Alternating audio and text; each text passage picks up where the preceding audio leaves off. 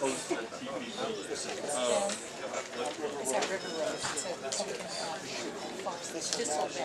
I think we're going to get going here. Time flies when you're having fun. Find all my notes here. I'm getting old, I have to do everything by notes now. That's how it goes. So, my name is C. Stephen Blue, and first of all, I want to say thank you all for coming out today. You are the reason that we are here, and your support of our event is what makes it so successful. So I just want to thank you all for being here, and I hope you enjoy our event today. I would like to officially welcome you to Burnin Down the Barnes, a monthly poetry and literary event co-sponsored by the Eugene Poetry Foundation and Barnes Noble Bookstore. We hope you'll join us on the second Sunday of each month for an afternoon of poetry, performing, and literature, with featured local authors accompanied by coffee, tea, and snacks in the coffee bar over there. Let's see. Today's reading is the exciting send-off of our 4th season of Burnin Down the Barnes here at Barnes Noble Bookstore. And we have a very exciting event for you today. We have 3 wonderful presenters instead of our normal 2. We have expanded our event to 2.5 hours just for today, so we can still have our 1-hour open mic following our wonderful featured presenters who have come here to share their work with you today. So the order of things will be 2 of our featured readers, presenters actually, Steve Riccia and John Labrousse will do their presentations, and then we will follow that with a short break. And when we return, our co-host, Charles Castle, will be presenting his book launch reading for his brand new book, Chasing Down the Storm. So that'll be exciting too. Following Charles's reading, we will go right into our 1-hour time-limited open mic, and Charles will let you know, depending on how many people are on the list, what the time frame will be for each reader. So I am going to introduce our first featured presenter for today, Steve Riccia. And I've known Steve for quite a few years now. I first met Steve through my friend Ellen Gabehart, who is a well-known local artist in Eugene and a member of New Zone Gallery, which Steve has been the coordinator of for many years. And I produced and hosted one of my very first Eugene Poetry open mics at the New Zone Gallery back in 2012, which Steve coordinated and helped me to make that happen. I first saw some of his wonderful steampunk contraptions when I visited the gallery, and I subsequently invited him to participate in the poetry and art events I used to present at Eugene Public Library. And we've done several things since then over the years, and it's always a wonderful time when you get to experience Steve's work. You are in for a real treat. I asked all my featured readers to provide me with a short bio, and this is what Steve sent me. Steve Riccia, a Eugene, Oregon-based self-unemployed artist, is well known for his painterly SX70 Polaroid manipulated photographic work produced from 1978 to 2009. He is a figure in the Eugene art scene, producing the popular Salon de Refuses, an art exhibition of refused artists from the Eugene Mayor's art show since 1991. And for the past 20 years, gallery coordinator for the New Zone Arts Collective, an alternative nonprofit art gallery. Since 2011, Riccia Steamworks R&D Labs has created interactive and kinetic steampunk, diesel punk, and atomic punk contraptions, cobbled together from antique found objects. Kids ages 6 to 96 enjoy my contraptions, Steve says. For more information, go to steamworksresearchlabs.com. With no further ado, please welcome Steve Riccia.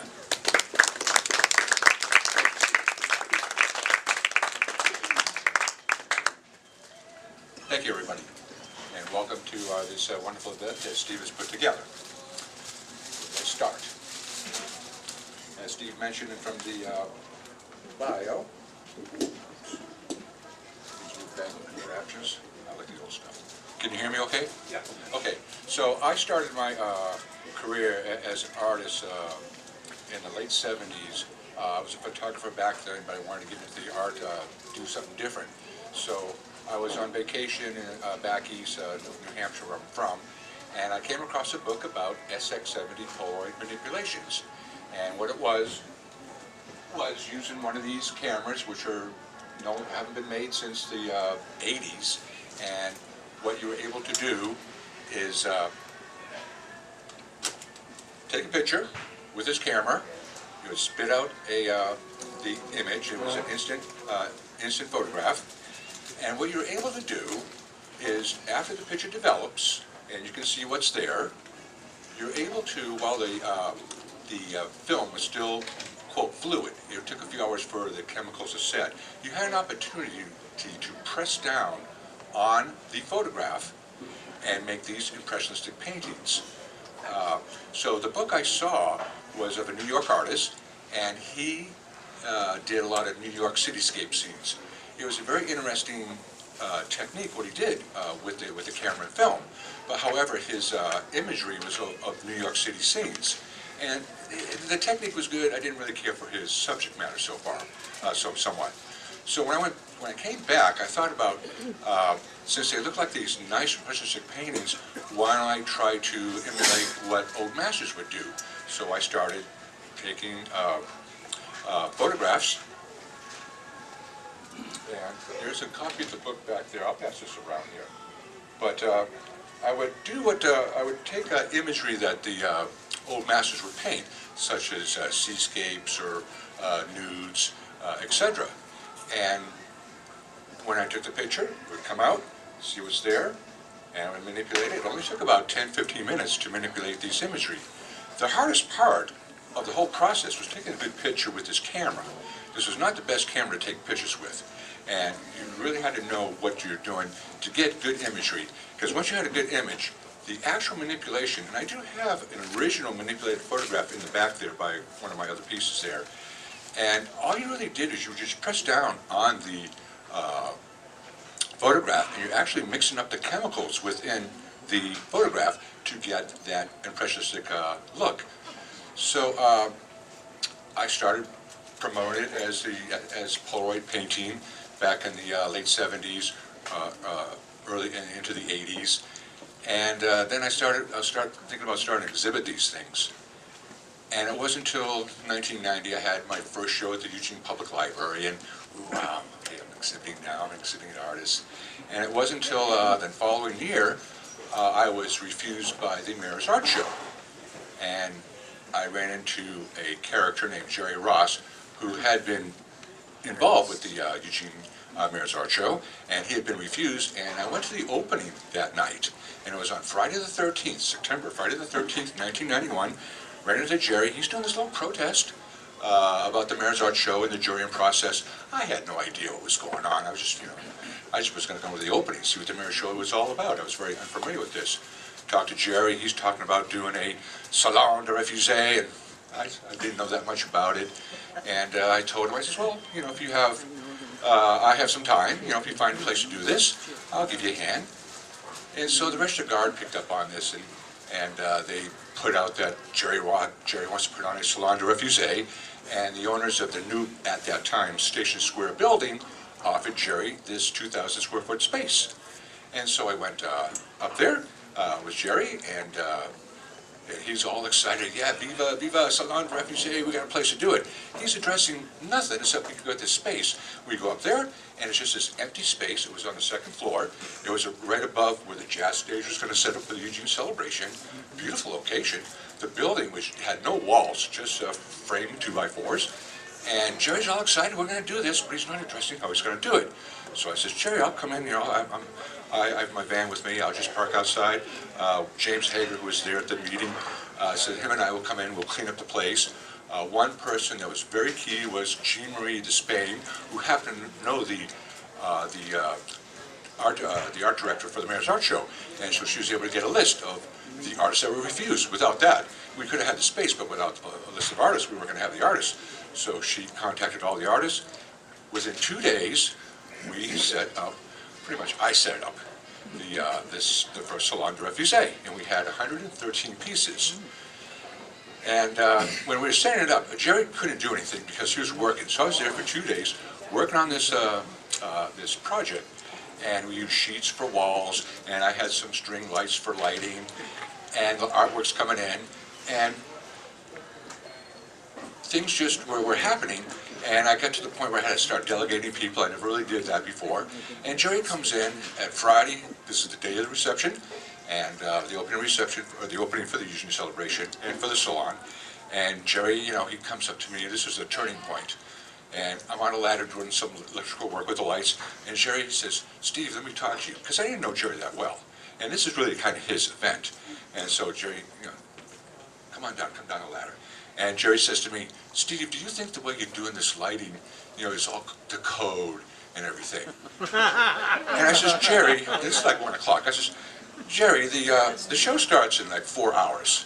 What would you do that you'd be happy with?" And he says, "Well, I gotta go back to work." And it was at that time where, this is not my show. I'm putting this together. Yeah.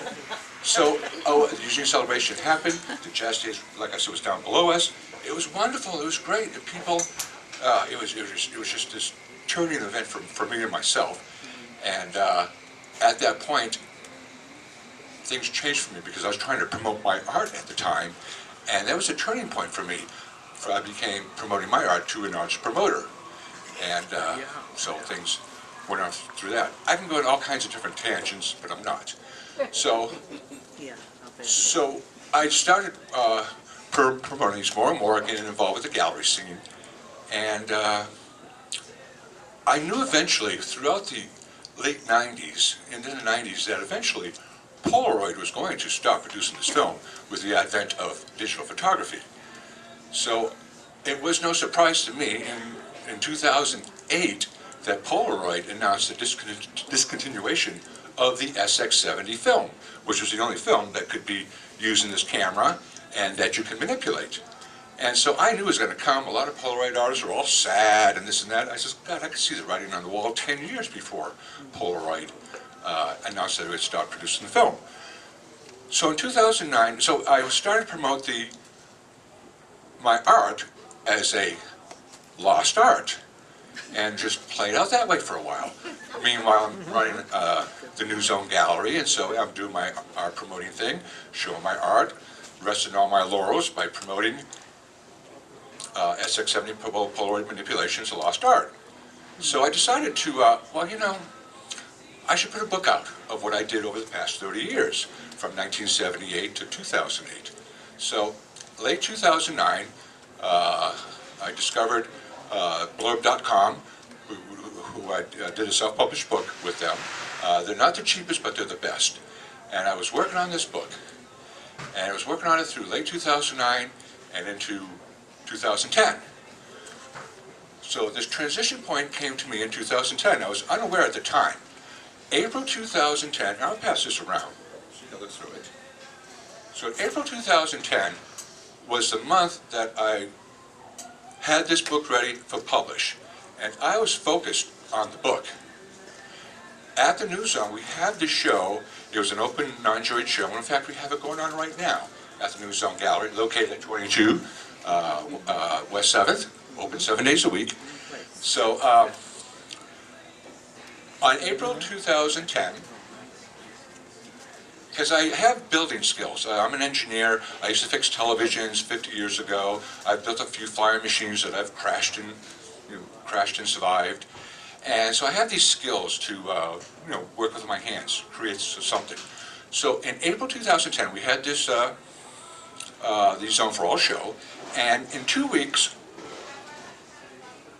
I put my first, and at the time, I just called it a found objects assemblage. And I called it Farnsworth's Dilemma, and it's named after Philo T. Farnsworth, the inventor of electronic television. And it was just an ammo box with a 5-inch color television chassis on there, and some of the little bells and whistles, and the television would work. I hooked up to a DVD player, and it did a few other little things. And at the time, I was really more focused on my book. and I put this contraption out, and people were going, wow, we love your new direction into the steampunk genre. I go, what the is that? I go, well, this is steampunk here, what you're doing, but yours is different. It actually does something. Okay. So I started doing some research about what steampunk was about. I was really unfamiliar with it until I, did a little research, and what I read, and then I go, well, okay, I get it now. You look at 20,000 Leagues Under the Sea, The Time Machine, films like those. And I go, okay, well, I guess that's what it is, and well, I can do that, I thought, and I know that steampunk also involves literature and fashion, which I was totally unaware.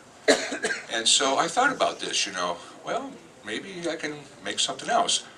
So I did some research, and what was big at the time in 2010, 2011 were computers. And what they would do is they would take a keyboard, and they would just dress it up with, they would hot gears onto keyboards, maybe put the monitor in a wood frame, something like that, and called steampunk. What was also big was steampunk iPod docking stations, and again, they would just glue gears on these contraptions called steampunk, and everything I saw was static. So basically, it was just something that they would find, and I'm not going to say glue gears, and they would call it steampunk. And I says, well, why don't I do something different? So in 2011, I came out with my first official steampunk piece, which I called Wozniak's Conundrum. And I name all my pieces after obscure or semi-famous people. And in the book, I actually do pretty good quotes from the person I named the piece from. So what I made is I took a Macintosh classic computer circa 1991, and I took it all apart, just down to the circuit boards. There's a motherboard, a video board, a power board. There's a CRT, and I had to make a little copper framework to install those boards on. And then that framework connects to the typewriter. And then I mounted the cathode ray tube, or the CRT, to the top of the typewriter. And I had to make a little interface from the original keyboard, and that was a nightmare how I did it, and I can go on a tangent of how long it took me to build this thing. But it was built in a way so when you type on the keys, it would come up with the characters on the screen. Now, part of the problem was there's only I believe 34 keys on the typewriter, and there was something like 50 or so keys on a computer keyboard. So I had to make some shortcuts. I was able to take some of the keys on the typewriter and dedicate them to some things that are useful, like the Apple, a few other things, and then some of the movable controls on the typewriter. I was able to add micro switches, so the return lever was actually returned on the computer. So it was quite a challenge to get this going, but I got it able to go, and like I said, it's my first official steampunk piece. So I showed it in the Zone for All in April 2011, and people said, yeah, this is great, this is great. So I went to the Mac store, right behind us here, and I said, hey, I have this Mac, would you like to display it in your store? And I showed them what I had, and they go, oh yeah, that looks great. So after the show, I brought it over to the Mac store here. I had it on a pedestal. I had a nice little plexiglass case for it, and displayed it over there. The manager one day took his iPhone camera, and he did a walk around of the contraption and given his interpretation of what was there. And he made this crappy YouTube out of it. Well, if I'd known he was going to do that, I would have came in there with a better camera, I would have taken the case off, I would have powered it up, and I would have given him an accurate description of what was there. Right. So like I said, he produced this crappy YouTube. Well, guess what happened? This thing went viral on the internet. Oh my God. And it wasn't until like a few days later after it got posted, all these people coming up to me and saying, hey, I saw your Weissen's Conundrum online. And I wasn't doing too much computer work at the time on social network and whatever. And at first I dispelled it. And and then more people said, hey, I saw this online, and some other people. So I finally went to check it out. And there's like 50,000 hits at the time. And there's hundreds and hundreds of blogs from all over the world about this steampunk Mac. And on my second book I put out, I have a lot of the quotes from these bloggers in their native language. And they're in Portuguese, Chinese, Russian, German, France. It really caught me off guard. I was like, whoa, I was surprised. And some of them were calling me the Steampunk King. And this is my first piece. And so it really put me on the map. And it's really strange because when I did the Polaroid, and in 30 years, I think maybe, I'm being real conservative, maybe only 50,000 people might have known about my work. Maybe a little bit more, maybe a little bit less. But when Wozniak's Conundrum went online, became viral, within a week, who knows how many hundreds of thousands of people knew my work within 1 week compared to 30 years and only maybe 5,000 people. So it really totally caught me off guard. So one of the, this art curator in Massachusetts, can't think of his name, Bruce, I'm going to mess up his last name so I won't say it. He contacted me and he said, I'm doing this interactive, kinetic, international steampunk show in Massachusetts. Let me go back one thing.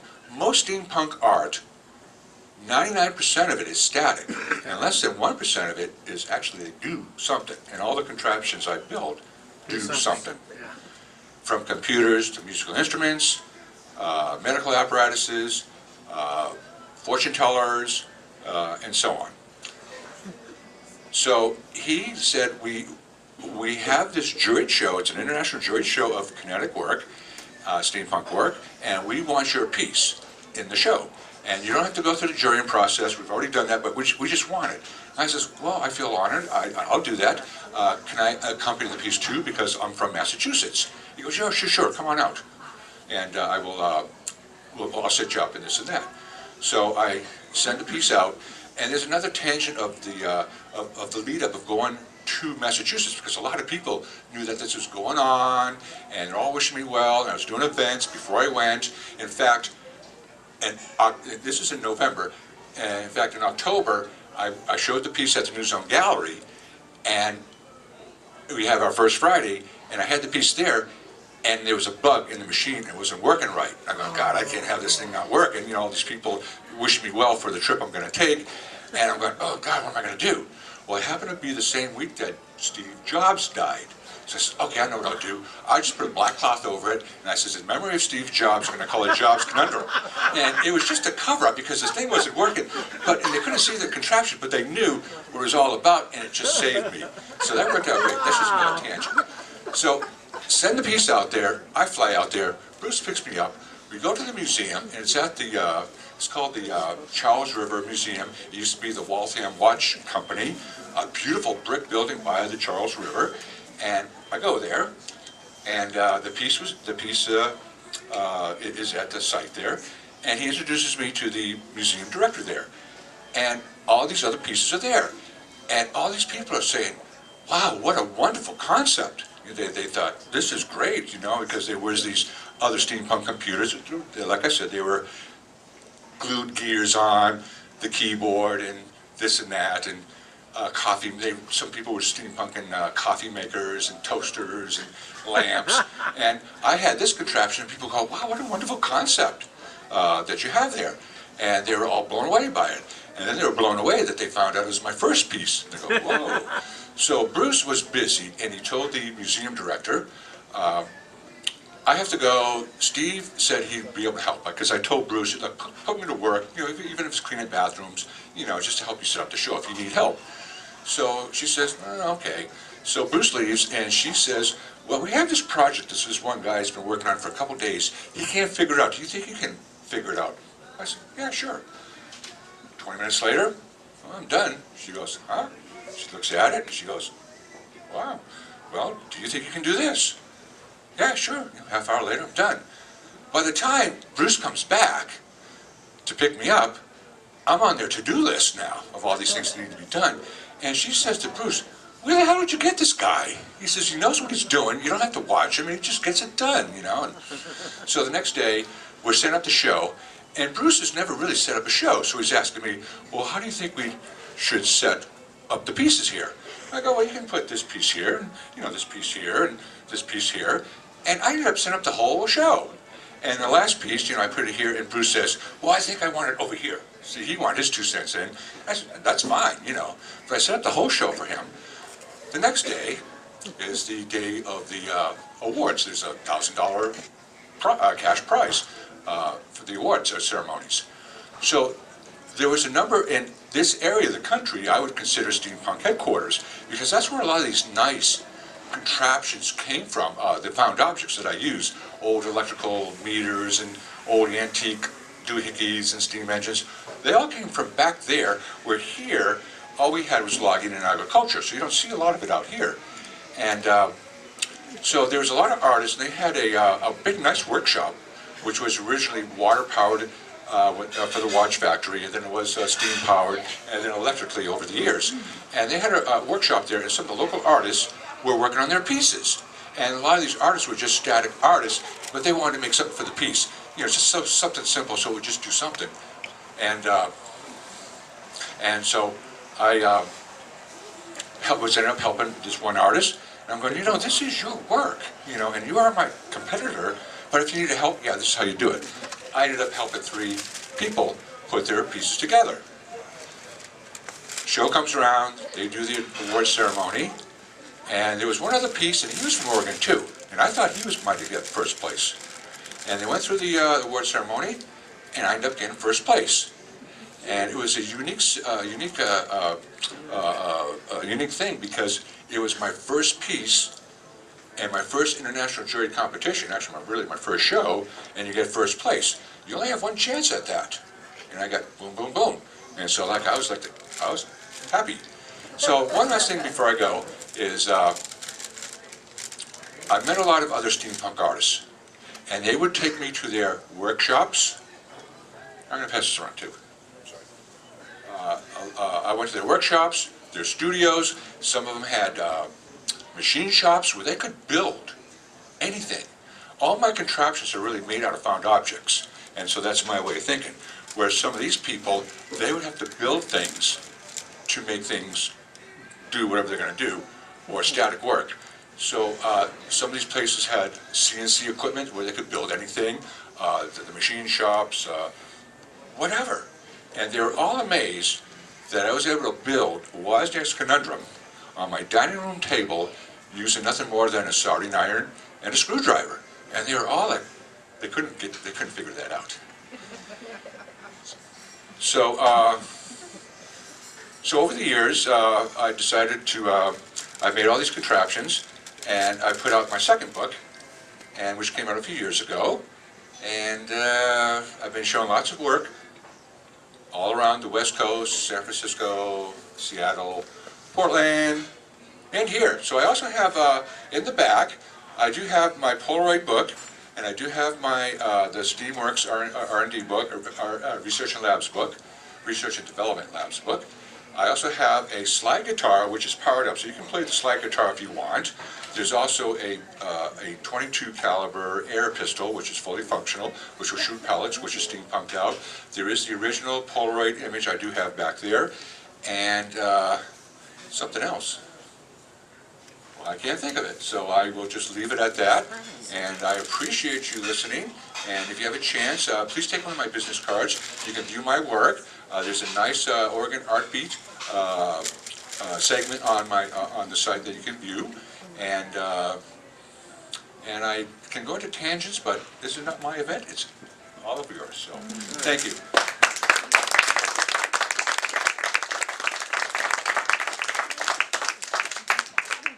Thanks, Steve.